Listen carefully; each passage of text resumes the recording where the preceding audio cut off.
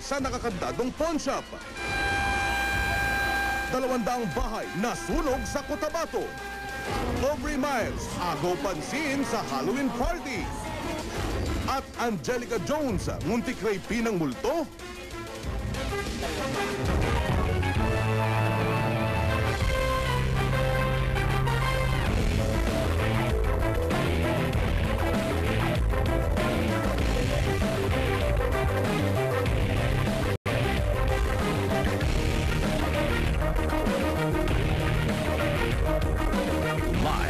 Mula sa ABS-CBN News Center, Manila, ito ang TV Patrol World!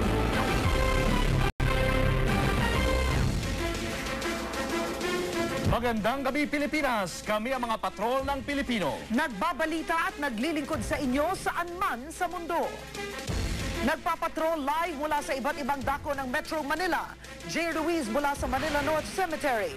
Adrian Ayalin mula sa Marikina. Nico Bawa mula sa Manila Memorial Park sa Parañaque. At si Ron Gagalak mula naman sa South Luzon Expressway.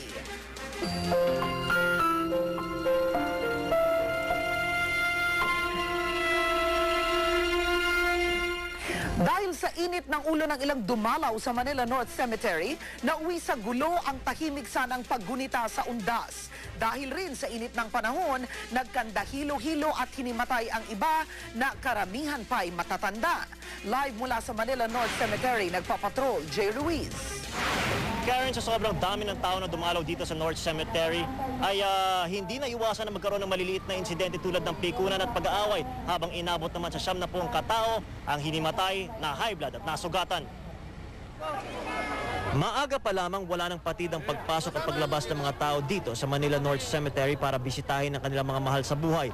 Ito ang pinakamalaking public cemetery sa bansa kung saan 1.2 milyon ang nakahimlay. Sa sobrang dami ng mga bumisita, may mga nag-init ang ulo matapos magsaapakan ng tsinelas.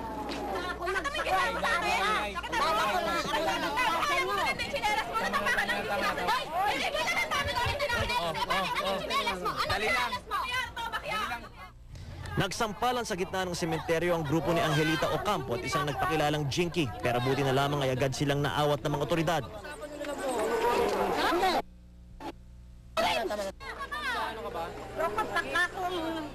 Si Aling Lourdes Orbita naman nabali ang kamay ng matisod sa daladalang trolley ng binatang si Glian Nico.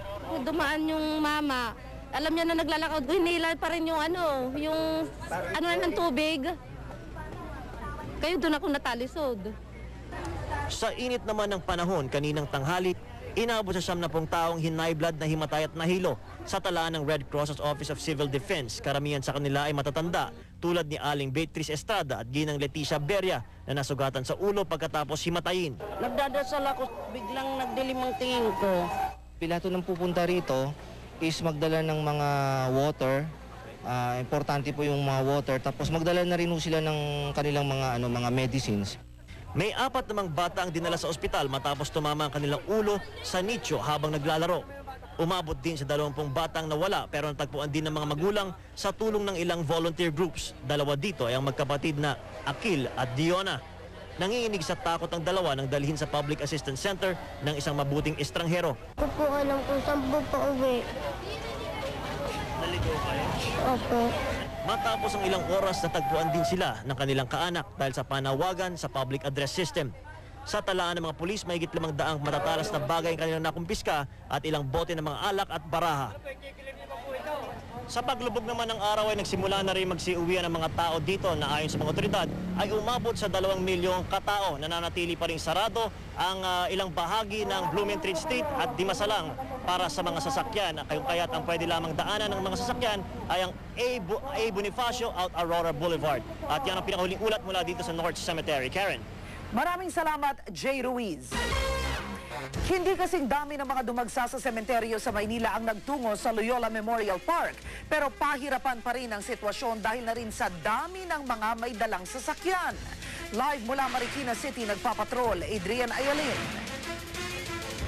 Karen, bumper to bumper yung mga sasakyan na papasok sa Loyola Memorial Park dito sa Marikina City. Pati rin yung mga dito naman sa mga pampublikong sasakyan na papasok sa Marikina Town proper. Kung makikita natin dito yan sa A. Bonifacio ay maayos naman yung daloy ng trapiko. Yan yung mga pampublikong sasakyan na papasok sa Marikina Town proper, at yung mga hindi halos umaandar ay yan naman yung mga papasok mismo sa Loyola Memorial Park. Dito kasi sa Loyola Memorial Park, marami ring mga prominenteng tao ang nakalibing dito, kabilang na ang isa sa mga naging biktima ng Glorieta 2 explosion.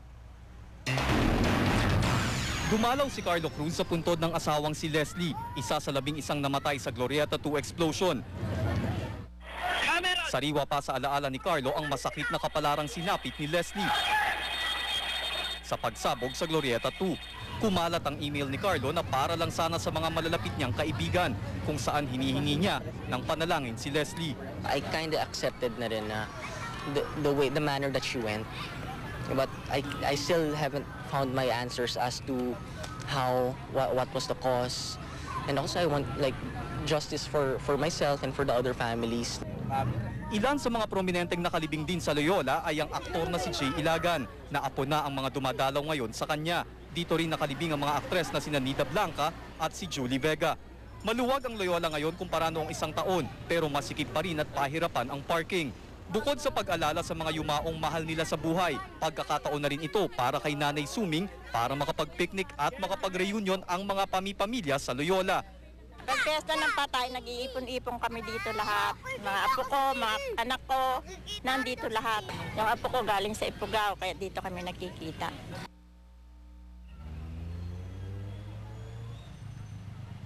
Karen, para mas maayos ang daloy ng trapiko dito sa A. Bonifacio Street ay mananatiling one-way ito hanggang bukas. Ang makakadaan lamang dito ay yung mga papasok ng Loyola Memorial Park at yung mga papasok sa Marikina Town proper, at yung manggagaling naman sa Marikina ay kailangang umikot sa Marcos Highway para makarating sa Quezon City. Yan ay para maayos ang maging daloy ng trapiko dito sa Marikina. Karen? Maraming salamat, Adrian Ayalin. Nagsimula ng mag-uwian ng mga nagpunta sa Manila Memorial Park. Maluwag na rin ang daloy ng trapiko sa Sucat Road. At live mula sa Parañaque, nagpapatrol, Nico Bawa. Julius, kahit siksikan ng mga taong dumalo dito sa Manila Memorial Park, mas kukunti pa rin ang dumalo ngayon kumpara sa nakaraang taon. Nasa 300,000 ang dumalaw sa may 69,000 nakalibing dito sa Manila Memorial Park, ang pinakamalaking sementeryo dito sa Metro Manila. Pero ayon sa namamahala ng sementeryo, mas konti kaysa inaasahan bilang ng mga dadalaw ngayong taon. Marami daw kasi ang bumisita na kahapon at noong pang Lunes kasabay ng barangay elections. Ang iba pang gustong makaiwas sa traffic, nagpuntahan na kagabi. Kaso naipit din sila ng pagsikip ng trapiko kinaumagahan. Dinumog naman ang mga himlayan ng mga kilalang tao. Ang libingan ni Ninoy Aquino, puno ng bulaklak. Kahapon pa nagpuntahan ng pamilya Aquino. Nakasara naman ang musileo na pinaglibingan kay dating Pasay Mayor Pablo Cuneta. Pero may bulaklak na rin sa labas nito.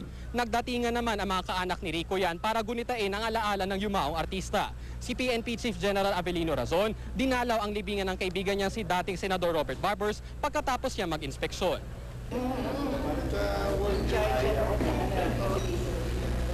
Magaling na pulis, magaling na congressman, magaling na Secretary of Interior and Local Government. Ted, unti-unti na rin lumuluwag ang Sucat Road dahil unti-unti na rin nag-uuwi ang mga tao dito sa Manila Memorial Park dahil nagdidilim na rin. Pero bukas inaasahan na marami pa rin ang dadalo na tinatayang nasa 150,000 na bisita. Julius? Maraming salamat, Nico Bawa.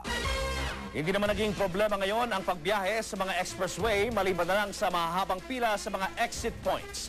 Live mula sa South Luzon Expressway,